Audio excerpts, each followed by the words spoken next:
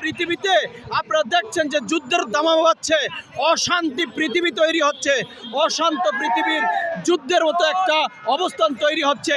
সেখান থেকে আমাদের মুসলিমদেরকে একত্রিত হতে হবে। 200 কোটি মুসলমান পৃথিবীতে, 1.5 কোটি ইহুদির কাছে পুরো পৃথিবী আজকে নাবিশ্বাস উঠে গেছে, পুরো পৃথিবী আজকে অস্থিতিশীল হয়ে গেছে। অতএব এই 1.5 কোটি ইহুদিনকে যদি থামানো না যায় তাহলে পুরো পৃথিবী অস্থিতিশীল তৈরি হবে। যুদ্ধের দামামা বাড়ছে। আজকে এই সভ্য যুগে কেমন আমাদের যুদ্ধ করতে হবে, আমাদের অস্ত্রের প্রতিযোগিতা করতে হবে। যদি তাই করতে হয় আমরা করব ইমানের শক্তিতে বলিয়ান হয়ে। আজকে 1.5 কোটি ইহুদি, সারা পৃথিবীতে প্রায় 200 কোটি মুসলমান, অথচ 1.5 কোটি ইহুদির কারণে পৃথিবী আজকে অস্থিতিশীল তৈরি হচ্ছে।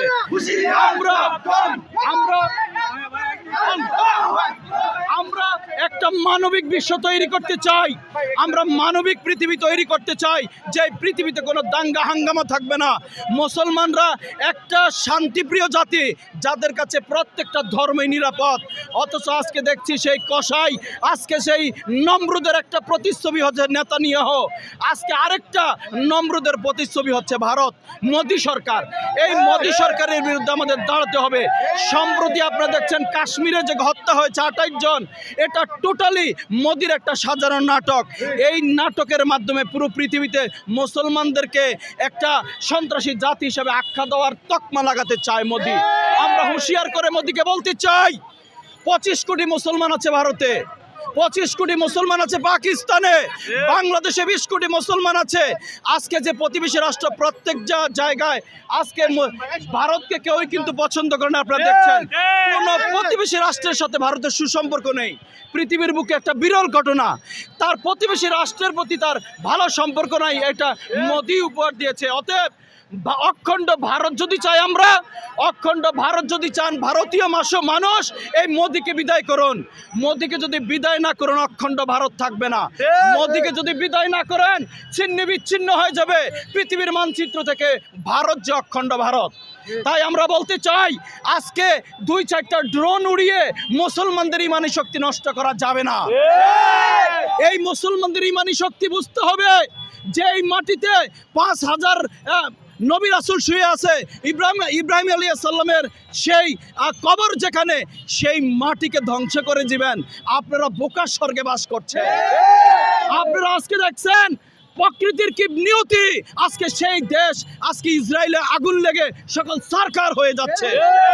মুসলমানদের খেপিয়ে তুলবেন না। ইসলাম একটা শান্তিপ্রিয় ধর্ম, যার কাছে পুরো পৃথিবী সকল ধর্ম নিরাপদ। আজকে ইহুদিরা শিখুন, ইতিহাস থেকে শিক্ষা নিন, না হলে ছিন্ন বিচ্ছিন্ন পৃথিবীর মানচিত্র থেকে মুছে দেবেন। আজকে ভারতের সকল মুসলমান, হিন্দু ধর্ম সকলের উদ্দেশ্যে বলছি, মোদিকে বিতাড়িত করুন, অন্যথায় অখণ্ড ভারত থাকবে না, থাকবে না, থাকবে না। আমরা যেটা বলতে চাই, আজকে দেখেন পুরো পৃথিবীতে একটা চক্রান্ত চলছে।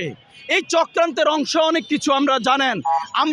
আমরা সর্বোপরি বলতে চাই, আমরা আমাদের অধিকার নিয়ে কথা বলবো, তবে কোনো বিশৃঙ্খলা সৃষ্টি করে না, এটা আমরাও চাই। গণমানুষের জনজীবনে অস্বস্তি নেমে আসুক, এটা আমরা কখনো চাই না। আমরা শান্তিপূর্ণভাবে প্রত্যেকের অবস্থান থেকে আমরা প্রতিবাদ করব, প্রতিরোধ করব, তবে কোনো মানুষের যেন জান মালের কোনো ধরনের ক্ষতি না হয়। এই ঘটনাকে কেন্দ্র করে আপনারা জানেন যে ফ্যাসিবাদ বিদায় করেছে, সেই ফ্যাসিবাদের প্রেতাত্মারা কিন্তু আমাদের মধ্যে ঘোরাফেরা করছে, যারা প্রতিবাদের নামে বিভিন্ন স্থাপনায় হামলা করছে, ভাঙচুর করছে। এটা কোনো মানুষের কাম্য নয়। আমাদের খেয়াল রাখতে হবে, আইন শৃঙ্খলা রক্ষাকারী বাহিনী, DGFI, NSI, SB, DB, CTSB, প্রত্যেক আইন শৃঙ্খলা রক্ষাকারীর উদ্দেশ্যে বলছি, আপনারা সজাগ দৃষ্টি রাখুন, যেন কোনো চক্রান্তকারী এর মধ্যে ঢুকে দেশকে অস্থিতিশীল করতে না পারে এবং কোনো ফায়দা লুটতে না পারে। এটা আপনাদের খেয়াল রাখতে হবে। আমরা বলছি, আপনারা জানেন যে গাজা মার্চ ফর গাজার অভিমুখের গাজার ইসরায়েলের বিরুদ্ধে এই দেশে যে গণমানুষ জেগে উঠেছিল আপনারা নিশ্চয়ই দেখেছেন। সেখান থেকে আপনারা জানেন এই মিছিল থেকে কিন্তু বাটা বলেন আরও বিভিন্ন KFC বলেন বিভিন্ন জায়গায় কিন্তু হামলা করেছে।